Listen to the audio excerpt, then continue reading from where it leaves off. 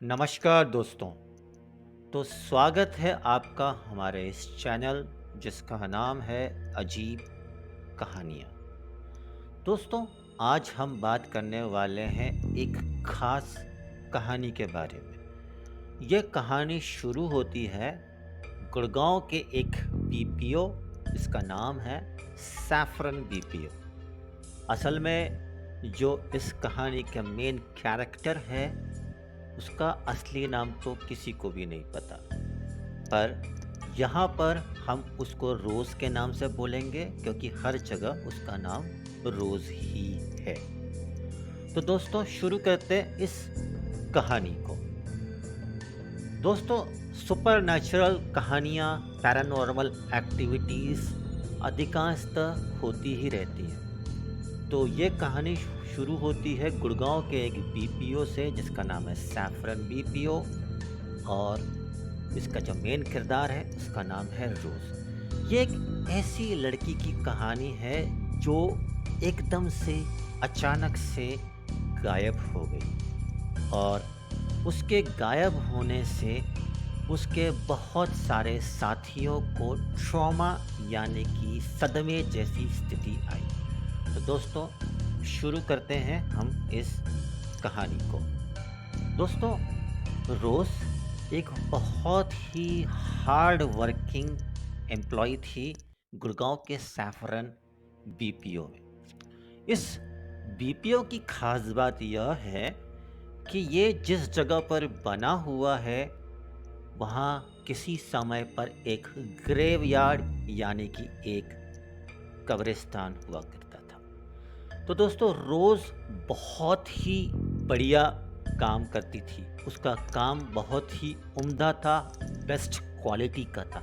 यहाँ तक कि वो अपने संस्था यानी कि बीपीओ में हर महीने एम्प्लॉय ऑफ द मंथ का टाइटल जीतती थी। दोस्तों, ये टाइटल तभी मिलता है जब आप बहुत ही अच्छे से परफॉर्म करते हो अपने काम में। इसके अलावा वो काफ़ी पंक्चुअल थी। पंक्चुअल यानी कि वो बिल्कुल अपने समय की पाबंद थी, और हमेशा हर दम वो अपने टारगेट्स को अचीव करती थी। इसकी वजह से उसके साथी सभी लोग उसको अपना इंस्पिरेशन मानते थे, और मानते थे कि हमको भी उसके जैसा बनना है। एक बार की बात है, रोज को एक इनबाउंड कॉल आया। इनबाउंड कॉल का बेसिक मतलब यह है कि वो कॉल जो बाहर से किसी ने किया हुआ है, और करीब 1 घंटा हो चुका था इस कॉल पर फिर भी ये कॉल ख़त्म नहीं हो रहा था। ये थोड़ा सा अलग था क्योंकि रोज़ की जो तरीका था वो ये था कि वो हर काम फटाफट फटाफट कर लिया करती थी। तो जब करते हुए जब उसके टीम लीडर ने ये देखा कि रोज़ को करीब 1 घंटा हो चुका है, तो उसने दूसरे इस पर लाइन पर आकर ये कोशिश करी कि कुछ हेल्प चाहिए हो, कोई सपोर्ट चाहिए हो, तो वो उसकी मदद कर सके। पर जब उसकी टीम लीडर ने फ़ोन कॉन्फ्रेंस पे लिया, तो उसको दूसरी तरफ से कोई भी आवाज़ नहीं आ रही थी। इसके बाद जब इसके टीम लीडर ने रोज़ से पूछा कि ऐसा क्या हुआ था, वहाँ से एकदम कोई आवाज़ क्यों नहीं आ रही थी, तो रोज़ ने बात को घुमा दिया, और उसके बाद वो अपने घर चली गई।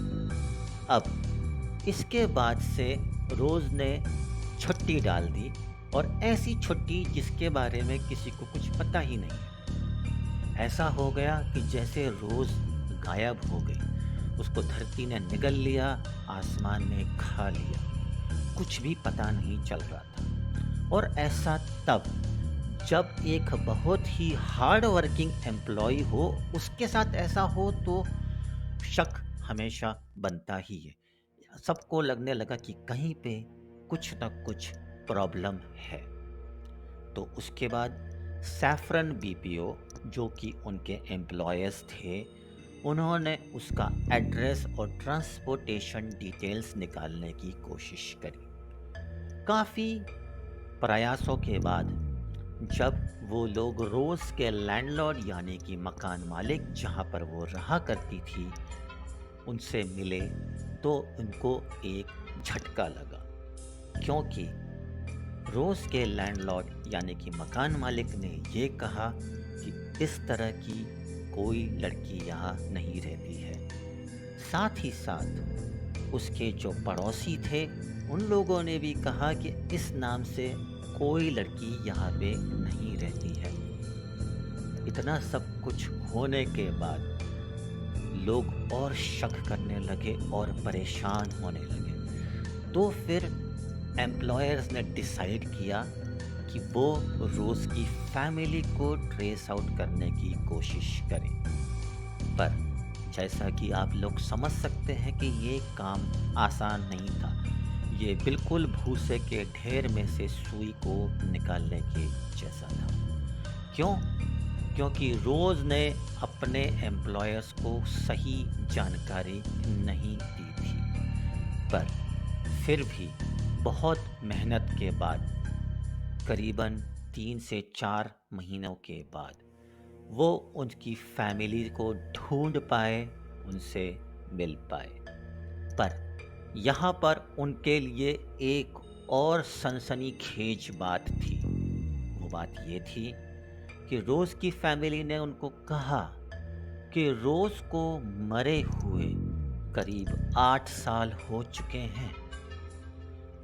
ये खबर मिलते ही रोज़ के जितने भी कलीग्स थे, उसके जो बेस्ट फ्रेंड्स थे, उन सबको बहुत ही बड़ा सदमा लगा।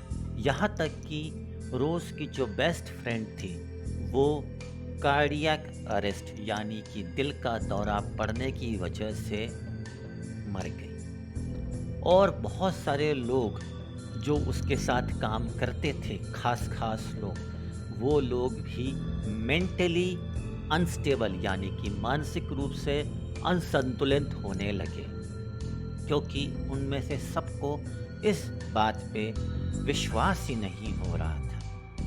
इसके साथ ही बहुत सारे लोगों ने इस जॉब को, इस जगह को, इस कॉल सेंटर को छोड़ ही दिया। तो दोस्तों, आज भी ये एक अजीब कहानी के रूप में है कि एक मरी हुई लड़की उनके साथ रहती थी, इतने महीनों से उसके साथ काम करती थी। वो कौन थी? क्या वो कभी वापस आई? उसका क्या पर्पस था? क्या मंशा से वो यहाँ पर आई थी?